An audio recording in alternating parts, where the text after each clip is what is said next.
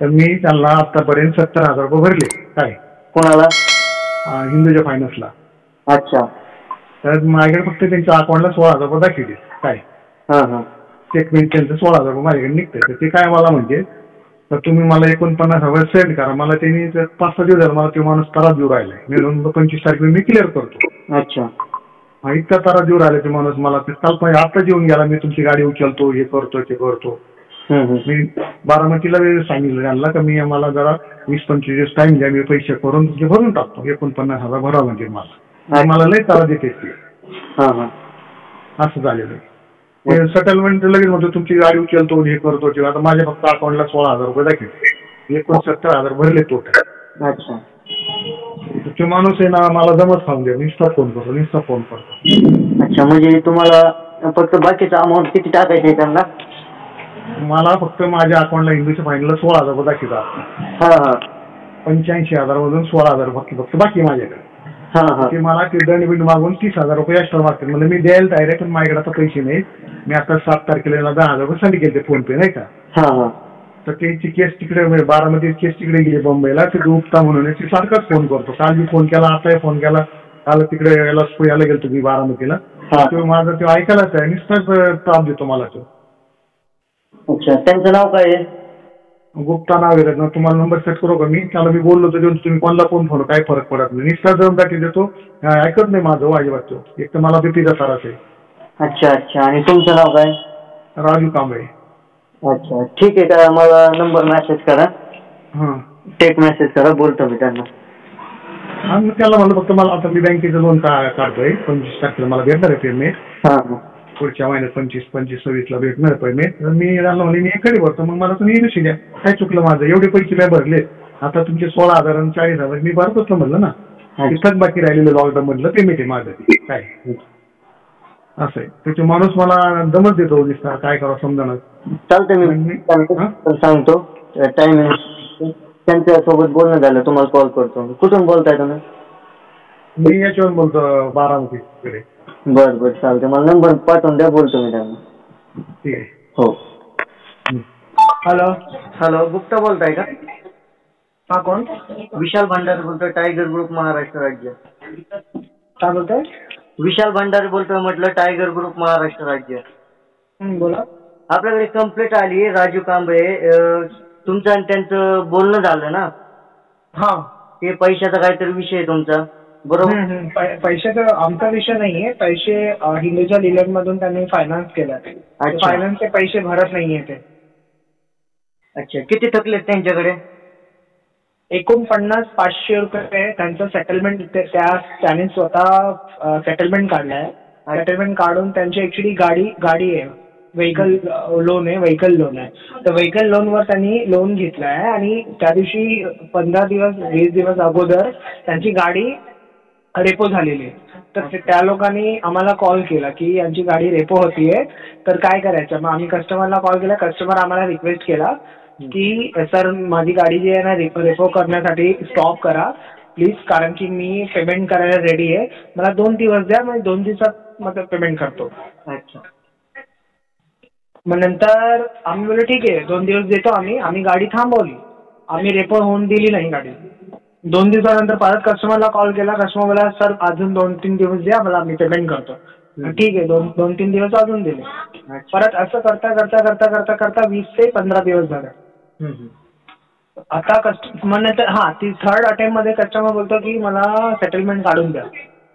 Settlement काढून दिली. 49,500 रुपयाचा अमाऊंट आला त्यांचा. मग ते बोलले की ठीक आहे मी पेमेंट करतो. मग मी बोललो एक काम करा 49,500 अमाऊंट आहे ना, पूर्ण अमाऊंट पे करू नका चालेल, मी तुम्हाला टाइम देतो समोरून. मला पण माहिती तुमची परिस्थिती नाहीये सध्या. थोडं तरी अमाऊंट पे करा कारण की मला पण समोर अपडेट करायचं आहे. तर ते बोलले ठीक आहे मी थोडंफार तुम्हाला अमाऊंट पेमेंट करून देतो.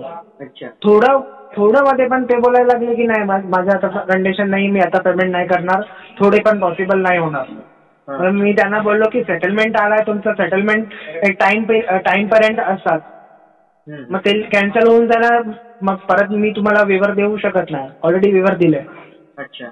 ते बोलले मग ठीक आहे ना तुम्हाला जे काय करायचं करा तुम्ही, मग मी नाही करणार पेमेंट. अच्छा. सर ऐका, त्यांचा मला कॉल आलता, ते बोलले माझ्यासोबत.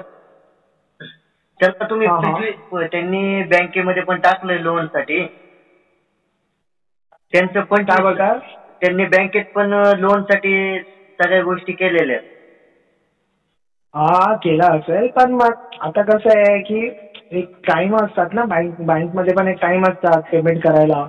जर तुम्ही टाइमवर टाइम देत राहणार तर आम्ही पण काय म्हणजे पुढे आम्हाला पण आन्सर करायचं आहे ना.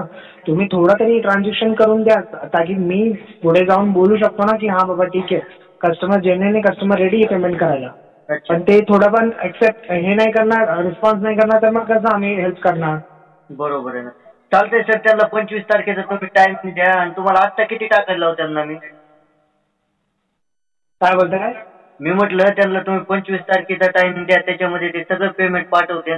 नाही पॉसिबलच नाहीये सर, ऍक्च्युली पॉसिबलच नाहीये. 25 तारीख म्हणजे ऑलमोस्ट त्या योगेशनी खूप जास्त टाइम घेतलाय. आम्ही खूप टाइम दिला त्यांना, असं नाही की त्यांना टाइम नाही दिला. तुम्ही स्वतः विचारा त्यांना किती सपोर्ट केला आम्ही. एक टाइम असतात ना सपोर्ट करायला, आम्हाला पण आन्सर करायचं ना. आणि आम्ही थोडी ना आमच्या खिशात पेमेंट घालणार आहे. ते तर बँकचा रूल आहे.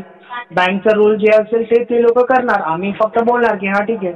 आम्ही पण समोर बँकला टाइम देतो ना, की नाही कस्टमर आज करणार, उद्या करणार, परवा तेरवा करणार, 15 दिवसात करणार, 20 दिवसात करणार, पूर्ण अमाऊंट करणार, थोडे अमाऊंट करणार. असं करता करता आमचे पण कमिटमेंट फॉल्स होत आहेत ना.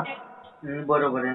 मग ऐका ना, मी काहीतरी आता पेमेंट करायला सांगतो आणि जे काय राहिलेलं आहे ते 25 तारखेपर्यंत पूर्ण पेमेंट क्लिअर करते, चालेल ना? मग हा, मी त्यांना तेच बोललो होतो. तुम्ही विचारा त्यांना, लाईनवर घ्या पाहिजे तर. मी त्यांना तेच बोललो होतो की 49,500 अमाऊंट आहे. 49,500 मधून मला 10-20 रुपये करून द्या तुम्ही. मी पुढे बोलू शकतो की हा बाबा कस्टमर पूर्ण अमाऊंट नाही पे करू शकलो, तर थोडं तरी अमाऊंट पेमेंट करून दिलंय आम्हाला.